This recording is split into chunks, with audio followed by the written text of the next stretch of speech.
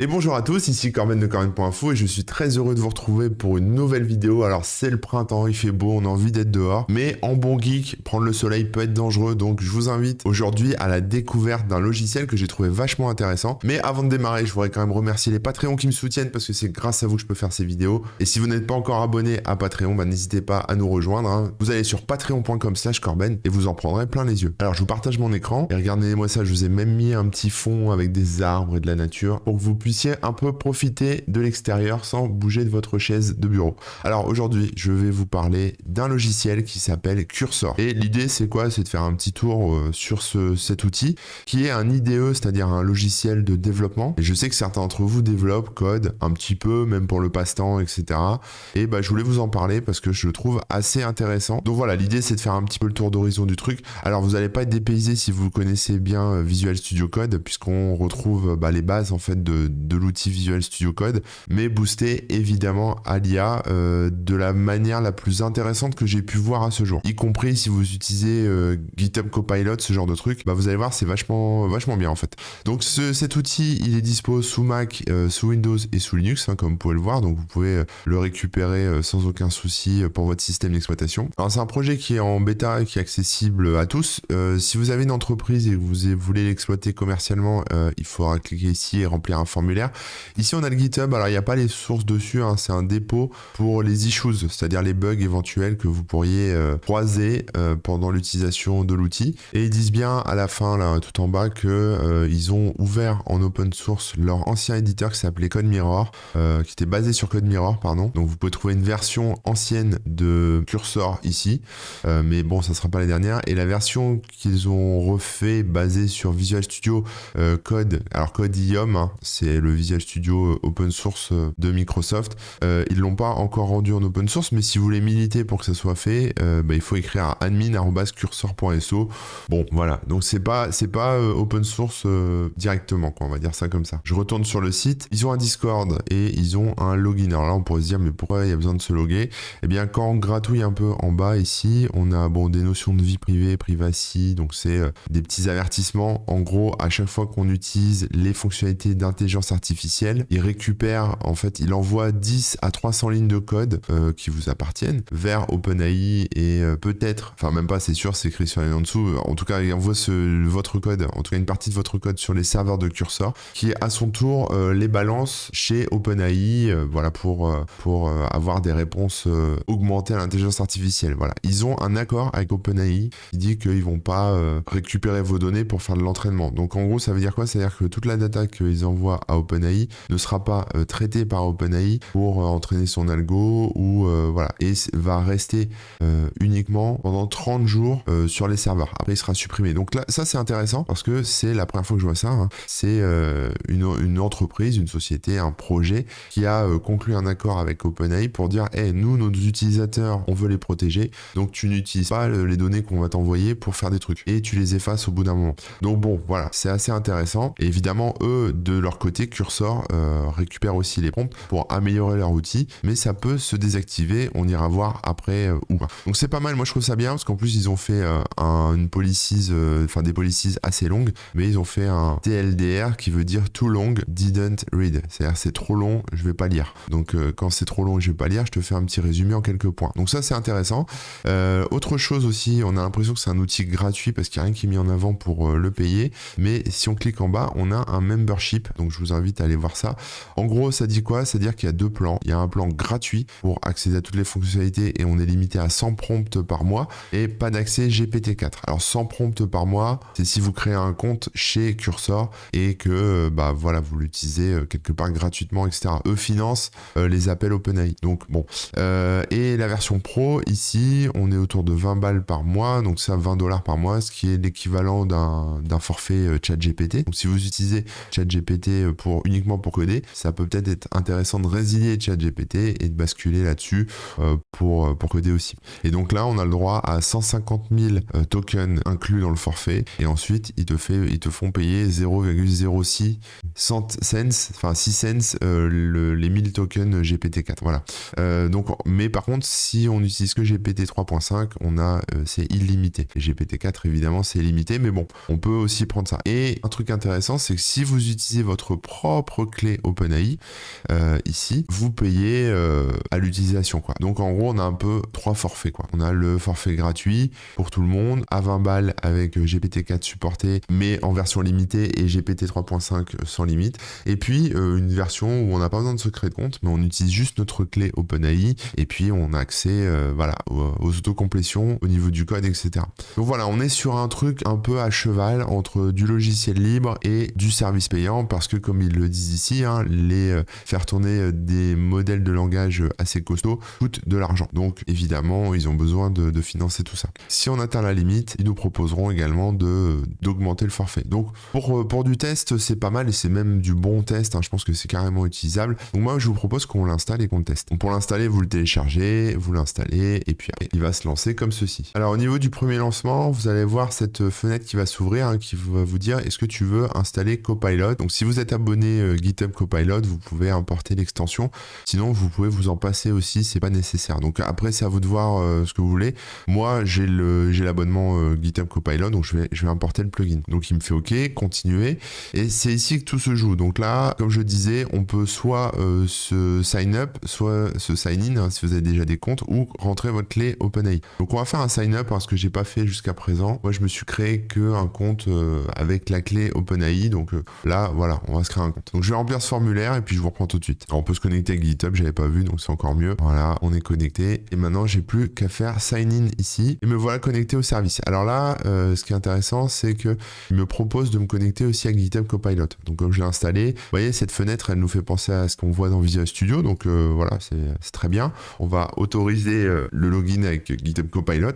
Comme ça, on va pouvoir en profiter. Donc ça, c'est bon, apparemment, pas de souci. Et là, évidemment, ça nous fait beaucoup penser à Visual Studio. Donc on a ici, dans la zone de gauche, le code source. Donc il y a une petite démo, hein, qui est proposée. Enfin voilà, il y a 2 fichiers, un JS et un Python.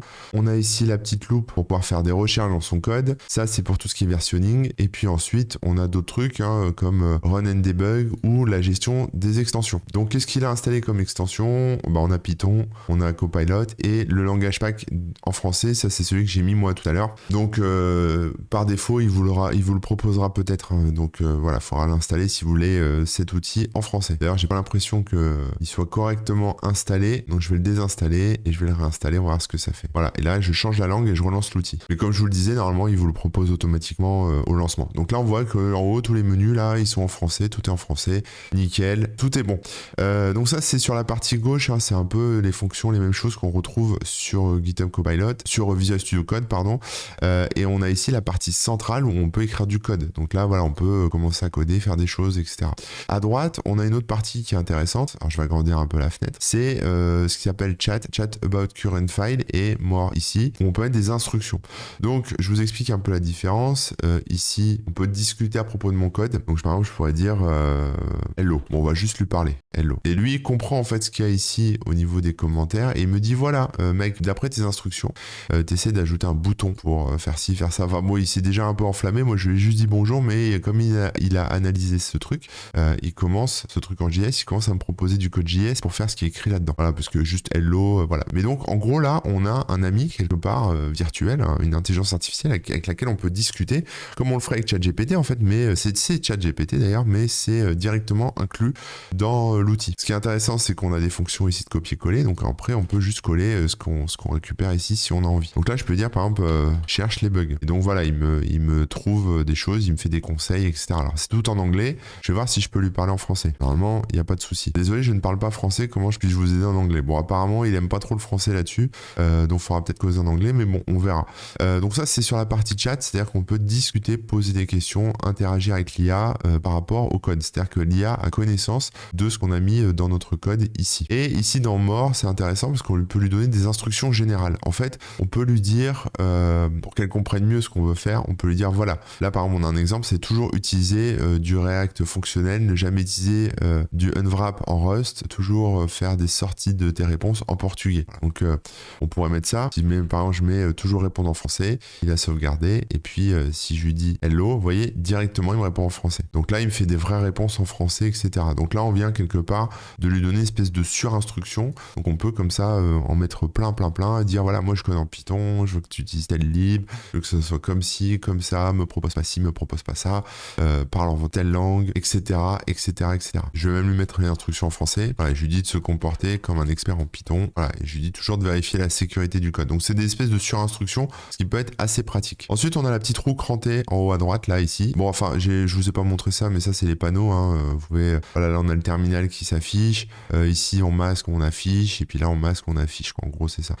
Donc le terminal, ça peut être pratique aussi. On a ici la petite roue crantée, donc on peut se déloguer, on peut gérer son compte. Donc quand on va sur la page gérer son compte, on voit ici que je peux upgrade mon compte, que ça utilise GPT-3.5 et que j'ai utilisé 4 crédits sur mes 100 crédits du mois. Ok, très bien. Je peux upgrade vers le pro et je peux rajouter ma clé API OpenAI ici. Et le fameux mode de confidentialité dont on parlait tout à l'heure est caché un petit peu, il est dans Advanced. On a le Ghost Mode et là il nous dit bah voilà, si tu veux pas qu'on stocke ton code, etc., tu peux activer ce mode, le mode fantôme, pour que à chaque fois qu'on invoque l'intelligence artificielle, votre code est pas stocké, quoi. Donc voilà, on part là-dessus. Donc maintenant l'idée c'est de faire on va ouvrir un dossier, créer un nouveau dossier, et je vais l'appeler tuto cursor. Voilà, il n'y a rien dedans. Et là après je peux cliquer sur le petit plus avec la petite feuille ici. Alors soit faire des sous-dossiers si j'ai envie, soit créer un nouveau fichier et je vais l'appeler test.py. On va faire un petit script en Python. Et là je me retrouve avec une page blanche. Alors moi je suis pas développeur ou développeur débutant, j'allais dire développeur butant, mais oui aussi, développeur débutant. Et là je lui dis ce que je veux en fait. Donc on va commencer fort. En fait on voit qu'il nous propose des raccourcis. Donc il me dit commande K ça va générer du code et commande L on va chatter. On va commencer par commande L. Là il m'emmène directement dans le chat et j'ai rien à lui poser comme question pour l'instant. Commande K ça va me permettre de générer du code aussi. Je peux également en écrire directement et je peux commencer à écrire des trucs. Voilà. Et alors là vous voyez il vient d'auto-compléter. Donc par exemple j'ai dit je veux faire et il m'a mis derrière un test de la fonction de tri. Bon ça c'est la partie GitHub Copilot qui réagit. GitHub Copilot en fait il fonctionne comme de l'autocomplétion. Dès que vous allez créer un truc il va vous proposer des choses. Alors là on voit on a une petite barre ici qui s'affiche et il nous fait différentes propositions. Voilà, on en a 3, on peut choisir si on veut et puis si on accepte on appuie sur tab ou on appuie sur le bouton qui va avec ici et voilà. Donc moi je vais pas faire ça, je veux faire un jeu de, on va voir ce qu'il me propose comme jeu, hein. Il me propose juste un jeu de combat. Ok, moi je vais faire un jeu de pendu. Voilà. Donc ça c'est GitHub Copilot qui a commencé à compléter le truc. Encore une fois ici voilà, c'est GitHub Copilot qui donne des instructions. Donc si je fais tab, il me propose voilà, je dois avoir un mot à trouver, je dois avoir un nombre de vies, je dois avoir un affichage du mot à trouver, je dois avoir un affichage du nombre de vies, je dois avoir un affichage des lettres. Bon là voilà, ça c'est du classique qu'on pourrait avoir, quoi. Bon voilà, on va s'arrêter là. Ça fait peut-être un peu beaucoup, mais on n'est même pas obligé d'avoir tout ça en fait. Je vais vous montrer pourquoi, parce que maintenant moi ce que je vais faire c'est commande K. Et là je lui donne une instruction. Donc je vais dire en français code un jeu de pendu avec des mots en français relatifs à l'univers Marvel par exemple. Voilà, je mets ça vraiment au pif, on va voir ce que ça donne. J'envoie en faisant entrer et là voilà, là il commence à me coder mon truc. Donc là on est parti, alors là on n'est plus sur GitHub Copilot, on est sur GPT 3.5. Donc on voit bien qu'il fait un import random, il me stocke des petits mots Marvel, voilà, Ant-Man, Captain America, et puis après on est sur un code Python tout à fait classique, hein, c'est-à-dire qu'il choisit un mot au hasard, il fait un tableau de lettres que j'aurais deviné, et puis il me dit vas-y c'est parti. Donc là moi je vais rien toucher, voilà, il m'a mis les commentaires en français, il m'a tout fait, j'ai juste à cliquer sur exécuter. Le terminal se lance, et là il me dit deviner une lettre. Bon, on va commencer avec la lettre E. Ah, là on a un E. Alors je peux tricher hein, parce que j'ai ici les mots en fait qui s'affichent, mais c'est pas grave, je vais mettre un W. Donc je sais que voilà, là on est probablement sur Scarlet Witch. Donc je vais mettre un S, je vais mettre un S minuscule, tiens, on va. Le S minuscule n'est pas pris en compte. Je vais mettre un S majuscule, le S majuscule il le prend en compte. Donc là voilà, je peux taper Scarlet, lettre par lettre, pour avoir... je dois même mettre les espaces, c'est marrant, il fait vraiment ça très, très marrant. Hop, je remets un espace peut-être. Bon là par exemple il gère pas bien les espaces et ce genre de trucs, donc du coup il me dit que c'est incorrect et il me dit pas que j'ai gagné. Alors qu'il est censé me dire quand même que si c'est bon, il me dit pas du tout que j'ai gagné en fait. Là pour l'instant il me fait juste remplir, donc c'est incomplet quelque part le truc. Donc je vais lui dire maintenant, je vais discuter avec lui, je vais dire voilà, super ton code, hein, mais quand j'ai mis toutes les lettres, ça ne me dit pas que j'ai gagné. Voilà, j'envoie ça dans le chat et puis il me répond, voilà. Il me dit voilà mec, si tu veux sortir de la boucle et afficher un message de victoire, bah voilà comment tu dois faire. Et donc là, bon là il s'est un peu foiré sur la mise en page. Peut-être que le français, il aime pas trop, mais il comprend, il analyse en fait le code ici et il me fait des propositions. Il me dit voilà ce que je dois faire. Donc j'ai une boucle while ici qui est reprise. Voilà, donc j'ai juste à récupérer ce code et à le remplacer ici. Alors il va peut-être pas être super formaté, évidemment. Voilà, mais en sélectionnant en fait le code ici, on peut mettre le document en forme ou la sélection en forme et il est censé faire un peu mieux, mais bon, je vois qu'il a pas géré la tabulation ici, ce qui est pas très grave en soi. Hop, c'est moi qui vais le faire et voilà. Donc je vais relancer mon jeu, voir ce que ça donne. Hop, je le coupe, je sauvegarde, je relance. Je clear mon terminal, j'ai fait des petites modifs au niveau de l'indentation et là, là c'est reparti. Bon là, du coup, ça plante, il me dit voilà, t'as trouvé une lettre, c'est correct, merci, au revoir. Donc là, comme ça marche pas bien, je lui dis peux-tu le vérifier? Voilà, je lui cause et je lui demande un peu ce qu'il me dit. On va voir un peu ce qu'il dit. Donc il me propose une version modifiée. Donc là, cette fois, il me le met bien en forme. Donc je vais le copier et je vais le recoller avec la bonne indentation. On va voir ce que ça donne. Donc là, je mets un E. Là, c'est bon, le jeu remarche. Donc j'ai pas capté ce qui allait pas, mais je pense que c'était des problèmes d'indentation. Comme j'ai fait un copier-coller un peu sauvage, il a pas dû changer grand-chose, mais voilà. On a la possibilité d'afficher le texte avec des retours à la ligne aussi, si vous voulez. Il faut aller dans affichage, retour à la ligne automatique, et on a quelque chose d'un peu plus propre. Ça évite que le texte déborde dans tous les sens, quoi. Voilà, donc là, après on peut jouer, hein, donc on va tester. Je vais tricher un peu, hein, je pense que c'est Rocket. Voilà, c'est ça, Rocket. Donc je vais mettre toutes les lettres, et là il me dit bien, félicitations, vous avez gagné. Donc là, il a complété mon code de manière plutôt propre. Bon, après j'essaie de lui faire faire un truc un peu plus drôle, donc affiche un feu d'artifice quand on a gagné, on va voir ce qu'il va me faire. Donc là, il me régénère carrément tout le jeu. Donc c'est que ma fonction n'était pas spécialement précise. Enfin, ma demande n'était pas précise. Mais on voit que là, voilà, là, il me fait un feu d'artifice en emoji et j'ai juste à effacer tout ce qu'il y a avant, quoi. Puisque, voilà, il m'a repris tout le truc. Donc c'est pas forcément... en tout cas, là, il a recraché tout le code. Donc c'est pas forcément génial, mais c'est pas très grave. Par exemple, là, je peux lui mettre une fonction. Je vais faire commande K et je demande à l'utilisateur son nom. On va voir s'il me fait une fonction. Voilà, donc là, en fait, il me dit, il intègre une... Alors, il m'a pas vraiment fait une fonction, mais il m'intègre une ligne de commande ici où je demande le nom d'utilisateur à la personne directement dans le truc, quoi. Donc là, on voit bien qu'on a Falcon, par exemple, en nom, mais si je mets un F minuscule, ça passe pas. Il faut mettre un F majuscule pour pouvoir avoir le résultat. Hop, je reviens un peu en arrière et donc je vais lui demander de gérer ça tout simplement. Donc là, j'ai deux possibilités, hein. Soit je lui dis dans le chat ce que je veux, soit je lui dis ici, en fait, je lui dis voilà, moi je veux que tu fasses ça, quoi. Donc si je sélectionne tout ça, je peux soit l'éditer, soit chatter dessus. Alors, en surlignant en fait le code, je peux lui dire voilà, je veux qu'on travaille là-dessus. Donc j'ai surligné mon code, la partie où en tout cas j'estime qu'il y a des problèmes au niveau de la reconnaissance des caractères, si je veux des majuscules, des minuscules, etc. Et je lui envoie ça. Donc lui, voilà, il commence à corriger en fait mon code et il me fait des propositions. Donc il me dit voilà, est-ce que tu acceptes ou est-ce que tu rejettes tout ce que j'ai mis en vert. Donc là ça change pas, un mot affiché, bon il me l'a mal indenté mais c'est la même chose. Si je le réindente c'est bon.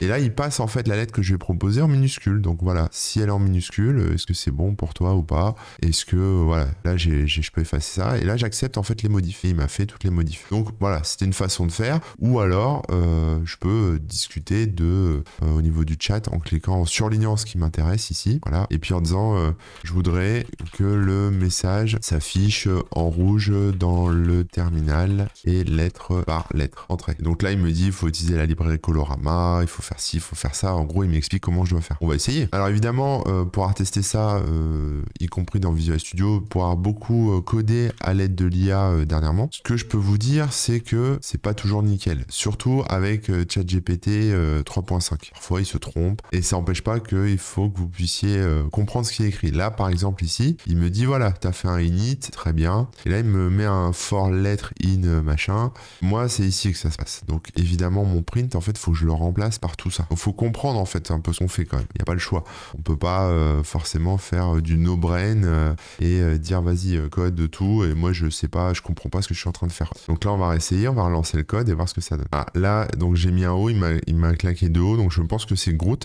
Donc Groot ça commence par un G majuscule, on va tester avec un G minuscule et voilà, là cette fois il me l'a bien pris en compte. Donc je vais faire un G R O T correct, mais par contre il ne me clôture pas le jeu. Donc là on va lui redire de faire la petite correction qui va bien. Donc je souligne tout le texte, je fais edit ici et je lui dis quand l'utilisateur a gagné en donnant toutes les bonnes lettres, il faut lui afficher le message de félicitations. On va voir ce qu'il va me faire. Donc il prend tout ce code, il l'analyse, en plus on voit il passe ligne par ligne. Alors là c'est marrant, il me remet tout le code derrière. Donc bon, il m'enlève tout ça effectivement derrière. Je sais pas si ça y était, ça y était pas, mais bon il me l'a rajouté. Donc là je me retrouve avec un message en rouge. Bon pourquoi pas, ça sera pas exactement ce que je veux, mais je vais accepter quand même les modifs. Voilà, je sauvegarde, je relance, on va voir si ça a corrigé le problème. Comme je disais, je relance. Donc là c'est encore Groot. Non c'est pas Groot, tiens. c'est probablement Thor, T-H-O-R. Et là, voilà, là, bon, là, il me le met en rouge, félicitations, vous avez gagné. Donc c'est là où je vais peut-être pouvoir reprendre mes histoires de lettres qui s'affichent une par une. On va voir ce que ça donne. Je relance le jeu. Là, visiblement, c'est Captain America. Ah, il gère les espaces aussi, hein, comme je disais tout à l'heure, mais bon, Captain America. Donc là, voilà, j'ai essayé avec un autre truc. Il me dit félicitations, vous avez gagné, il me l'écrit précisément. Alors qu'est-ce que j'ai changé?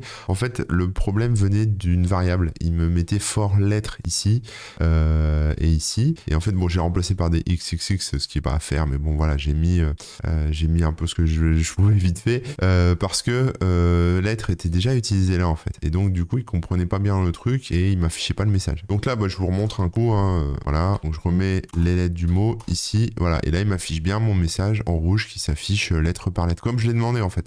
Donc voilà comment on peut faire pour coder avec cet outil. Voilà comment ça fonctionne. Vous voyez, c'est pas trop compliqué. On a 3 types d'usages. Donc pour résumer, on a l'autocomplétion qui est faite par GitHub Copilot. Par exemple, là, je rajoute un point, il me propose lower par exemple. Là, je peux faire ça si je veux. Voilà, donc lui, il vient gérer un peu la partie je suis en train de taper au clavier et je complète ce que tu es en train de dire et ça va plus vite. Ça, c'est super cool. On a ensuite la fonction, les deux fonctions GPT où là, on peut carrément soit sélectionner ce qui nous intéresse, soit faire commande K ou contrôle K ou ce que vous voulez pour lui demander ce qu'on veut. Et là, il va générer du nouveau code ou modifier le code existant. Donc, c'est une intégration qui est assez intéressante. Et puis, évidemment, si on se prend la tête sur un truc, on n'est pas obligé d'avoir un canard en plastique. Hein. On peut justement discuter avec le chat, avec ChatGPT pour lui dire voilà, moi je pense faire ça, qu'est-ce que t'en penses et qu'est-ce que tu me conseilles et voici mon code et machin. Et ce qui est intéressant, c'est que l'IA a l'ensemble du code qui est ici, y compris si j'ouvre plusieurs fichiers, si j'ai plusieurs fichiers ouverts là dans les onglets,